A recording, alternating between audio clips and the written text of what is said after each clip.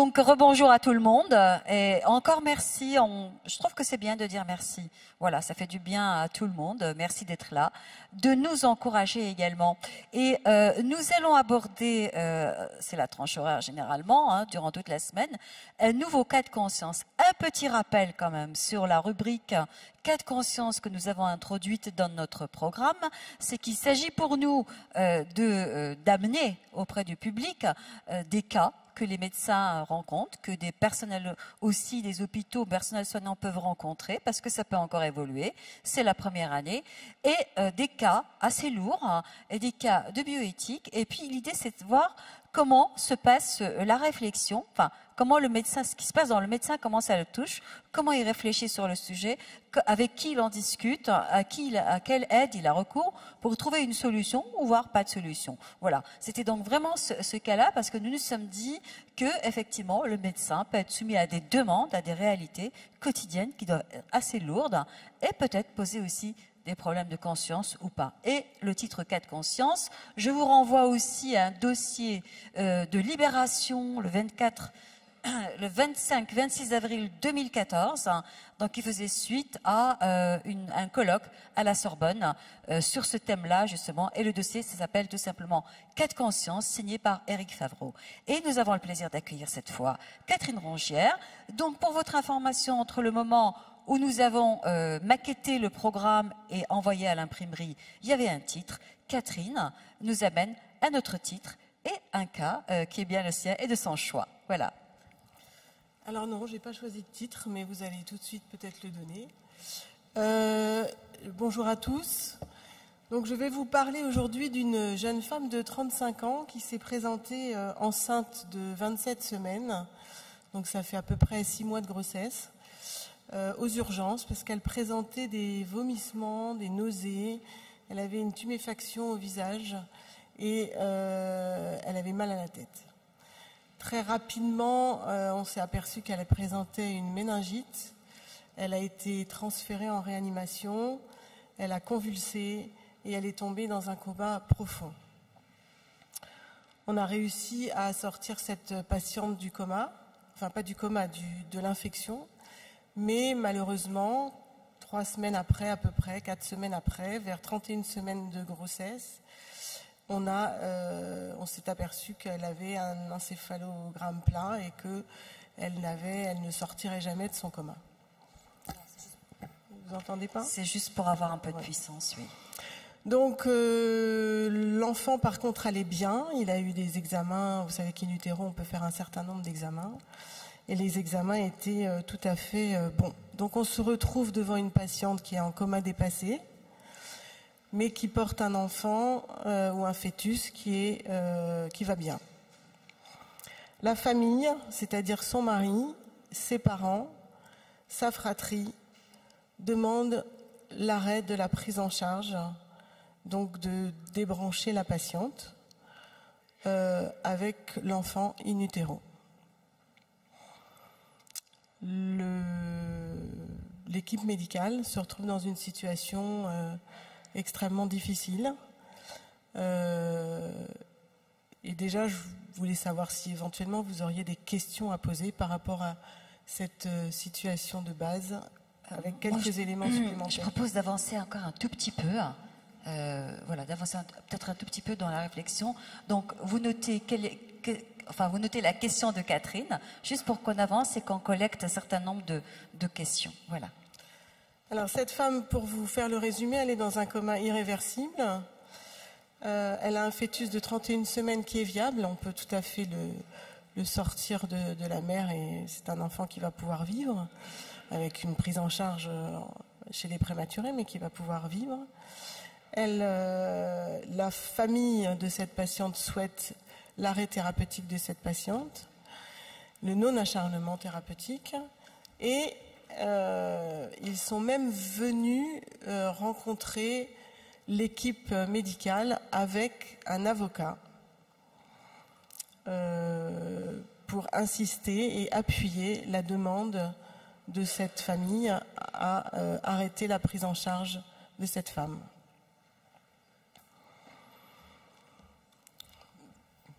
Bon. donc la question, en fait, c'est de savoir ce que vous auriez Qu'est-ce fait, que ce vous que faites vous auriez pensé, qu'est-ce que voilà. Qu'est-ce que vous faites? Quelles sont les questions que vous vous posez? Tout le Quelle monde est question? un peu sidéré. La question posée, c'est est-ce que vous acceptez la demande de la famille d'arrêter les soins? Et si oui, est-ce que vous acceptez la demande de la famille de ne pas faire de césarienne préalablement? C'est ça. Et madame a déjà envie de prendre la parole. On ne sait pas quelle est la demande de la famille par rapport à l'enfant. Si, la famille est très claire, elle veut que l'enfant parte avec sa mère. Donc ils ne veulent pas sauver l'enfant, ils ne veulent pas sortir l'enfant avant d'arrêter la prise en charge thérapeutique de la mère. C'est bien pour ça qu'il y a un souci. Et c'est bien pour ça que l'équipe médicale est en grande difficulté. Et vous aussi, je vois. Merci. La famille a donné des raisons, enfin, vous leur avez demandé Oui, il manque peut-être des pas éléments. juste donner Oui. ça brutalement, la vie Oui. comme ça. Oui, c'est ça. Il manque peut-être des éléments, c'est pour ça que... Bon, c'est bien, on les a au fur et à mesure. La famille n'a pas donné d'éléments en soi, elle a simplement considéré que si la mère devait décéder, l'enfant devait partir avec elle. Ok. Et alors, est-ce qu'on peut peut-être, s'il y a monsieur qui demande la parole.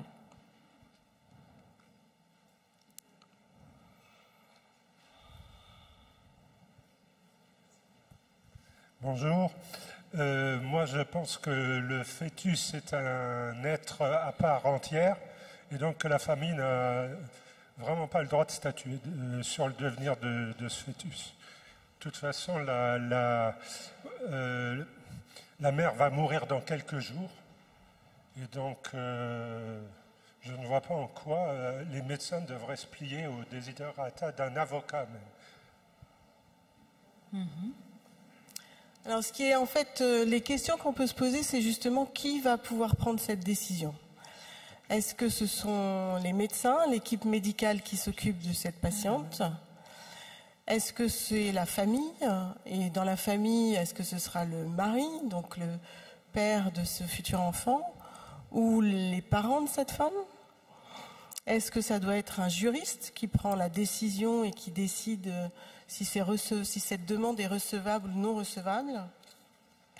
Donc vous voyez que l'avis et les avis sont difficiles. Est-ce qu'il faut faire une demande à un comité d'éthique pour savoir et pour qu'il puisse statuer sur un avis par rapport à cette situation? La question qui se pose est peut-être celle qui a déjà été posée à propos de Vincent Lambert, mais dans l'autre sens, c'est-à-dire à partir de quel moment est-ce qu'un bébé, parce que 31 semaines, c'est un bébé viable, on est bien d'accord. Quand est-ce qu'à partir de quel moment un bébé est-il un être humain indépendant de la vie de son père ou de sa mère? Parce que tuer un enfant de 31 semaines, c'est bien le tuer. Il est viable. Catherine Rongière. Alors, il y a deux choses. Je vous rappelle ce que M. Nizan a présenté lundi en parlant du diagnostic prénatal. Vous savez que nous avons l'autorisation, d'une certaine façon, à arrêter la vie d'un fœtus s'il y avait une anomalie importante chez ce fœtus, quel que soit l'âge gestationnel, jusqu'à la veille de l'accouchement, même 5 minutes avant sa naissance. Donc cette possibilité, elle nous est, je dirais, permise en France. Et dans la situation où là, on a une femme enceinte d'un enfant de 31 semaines, on est donc devant un fœtus et devant ce fœtus, on pourrait avoir la possibilité de prendre une décision d'arrêter la grossesse, sauf qu'il n'y a pas d'indication chez cet enfant d'anomalie grave pour lui. Et nous n'avons pas non plus, la femme ne peut pas non plus donner son avis, puisqu'elle est incapable évidemment de nous donner ses desiderata à elle et qu'elle n'a pas pu non plus les prévoir à l'avance, puisqu'elle n'imaginait pas ce qui allait lui arriver. Donc on n'a pas d'informations par rapport au désir de cette femme. Il se peut, vous connaissez le droit déjà à l'avortement des femmes, puisqu'on peut avoir jusqu'à 14 semaines d'aménorrhée en France la possibilité d'un avortement. Il peut y avoir des demandes pour des situations particulières d'interruption de grossesse, mais dans cette situation, nous sommes ni dans une situation où le fœtus est porteur d'une pathologie, ni dans une situation où la femme est en demande de quelque chose. Alors c'est pour ça que la question peut se poser, est-ce que le mari, donc le père présumé de cet enfant, a un droit pour décider de quelque chose par rapport à cet enfant. Oui. Oui, madame. On imagine une femme qui meurt au moment de l'accouchement, ça arrivait très souvent. Est-ce qu'on tue l'enfant si la femme meurt 1 minute après l'accouchement? Si la femme est morte 1 minute avant l'accouchement, l'enfant est tout aussi vivant. Alors en général, c'est une des choses qui ont été soulevées d'ailleurs quand nous avons discuté de ce dossier, c'est que on s'aperçoit que finalement si on n'avait pas eu à se poser la question, c'est-à-dire si la patiente était arrivée en urgence, s'il avait fallu éventuellement extraire l'enfant pour le sauver, entre guillemets, sans avoir le temps finalement de demander la permission à quiconque, eh bien probablement qu'effectivement, comme vous dites, on aurait césarisé cette femme dans l'urgence, comme ça peut arriver dans certaines situations. Là, on est dans une situation un peu différente, puisque la patiente, on est disons dans une situation plutôt calme, la patiente est en coma dépassé. Pour l'instant, elle va bien. On ne sait pas quand elle va pouvoir se détériorer, mais pour l'instant, elle va bien. Et la question s'est posée pour elle et vis-à-vis de cet enfant. Puisque l'idée, c'était de se dire, on pourrait éventuellement continuer la réanimation de cette femme pour essayer, parce que 31 semaines, c'est un peu tôt quand même. Donc, si tout va bien, entre guillemets, en termes de grossesse, on pourrait continuer à maintenir cette femme en vie jusqu'à 36, 37 semaines et n'extraire l'enfant qu'à partir du moment où il a vraiment des capacités de vivre autonome après l'extraction. Donc ça pourrait être une position. Or là, on était dans ce que vous posez comme question, c'est plutôt une situation d'urgence pour laquelle, en fait, on aurait réagi d'une façon sans réflexion et sans probablement avoir même eu le temps de demander à la famille. Madame ? Oui, je pose la question de la nouvelle loi. Est-ce qu'elle ne peut pas nous aider sur ce sujet-là? Et entre autres, la personne de confiance, puisque normalement, cette patiente a été hospitalisée, une personne de confiance a dû être nommée. Mais elle n'a pas pu être nommée par la patiente. En fait, la patiente, justement, dans cette situation, quand elle est arrivée, n'a pas pu nommer une personne de confiance. Donc, il n'y a pas dans cette situation une personne de confiance, puisqu'elle a perdu connaissance assez rapidement. Et que après, eh bien, c'est sa famille, son mari, mais il n'y a pas de quelqu'un qui aurait été directement. Madame me demande de poser la question au nom d'un enfant qui va être orphelin de mère. La réponse est: vaut-il mieux vivre en étant orphelin de mère que d'être mort?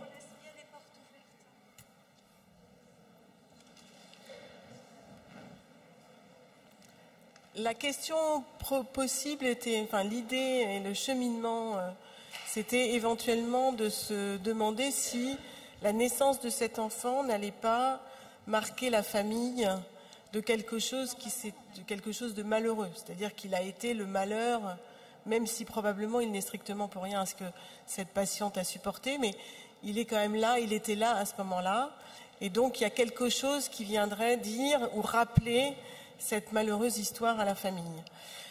Mais effectivement, est-ce qu'il vaut mieux... Toute la question est de savoir si on considère ce fœtus comme un objet ou si on considère ce fœtus comme un enfant. Est-ce que l'équipe médicale va élever l'enfant après? Non. L'équipe médicale ne va pas élever l'enfant, mais vous savez qu'en France, on peut aussi...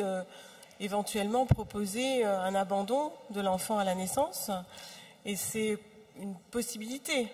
C'est-à-dire possibilité de dire, éventuellement, si cet enfant naît et qu'il ne vous semble absolument pas possible de l'accueillir chez vous au vu de la situation, peut-être que vous pourriez l'abandonner. Donc ça, c'est à la fois répondre d'une certaine façon au père et à la famille, et en même temps, vis-à-vis de cet enfant à venir, de lui donner une chance, peut-être. Madame? Oui, j'avais 2 questions. Est-ce que c'était le premier enfant de ce couple? Je ne sais pas si vous y avez... J'ai oublié de le dire, mais c'était la première grossesse, le premier enfant. Voilà. Et ensuite, ma question, c'était, est-ce que leur demande est apparue avant que l'équipe médicale se soit positionnée sur le fait que le coma allait se poursuivre et qu'évidemment ça allait mener à la mort?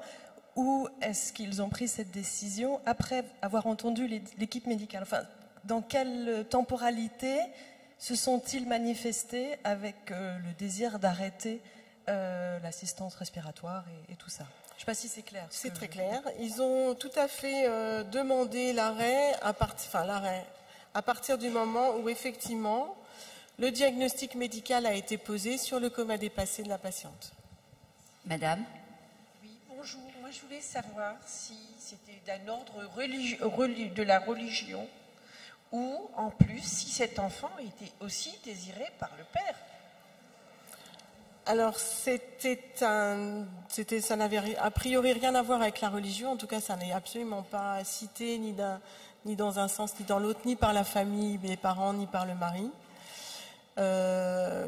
Quant au désir du père, a priori, oui, mais c'est très difficile de le savoir avant ou même maintenant. Enfin, c'est un peu confondant, voilà. Mais normalement, oui. Après, le désir, savoir s'il était là ou pas là, c'est très compliqué.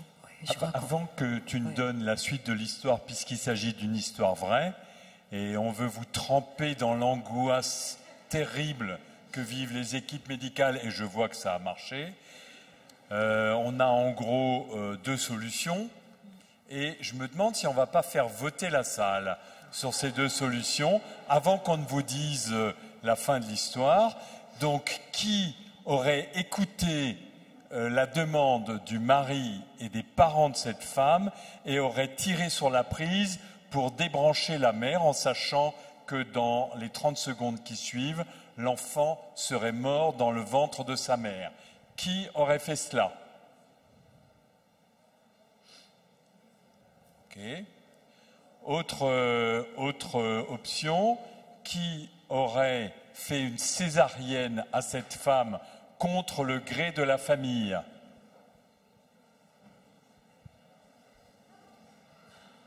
Bien, il te reste à conclure, Catherine. Absolument. Alors, juste pour vous dire qu'on a quand même beaucoup discuté autour de ce dossier et ça a nécessité énormément de choses entre la loi Neonetti, la fin de vie, le droit du corps de la femme, d'accepter ou de ne pas accepter une grossesse, enfin, qui décide, est-ce que le père a aussi un poids d'autorité, etc. Mais la chose qui est ressortie de façon très claire, c'est que même si une équipe médicale ou un comité d'éthique ou même un magistrat avait décidé qu'il fallait débrancher cette femme, eh bien personne n'acceptait de le faire.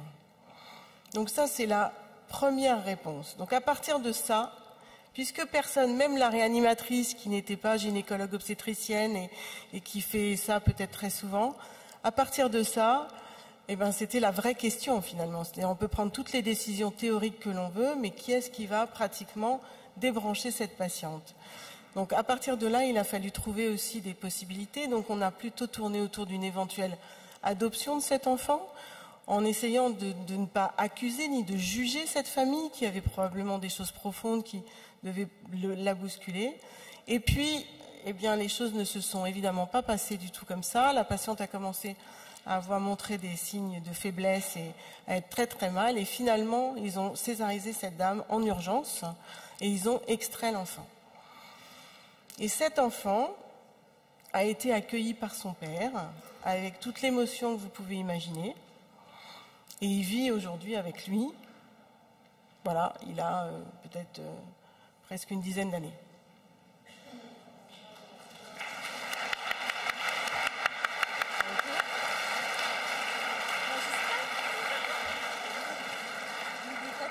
Oui. Eh bien, merci Catherine Rongière. Voilà.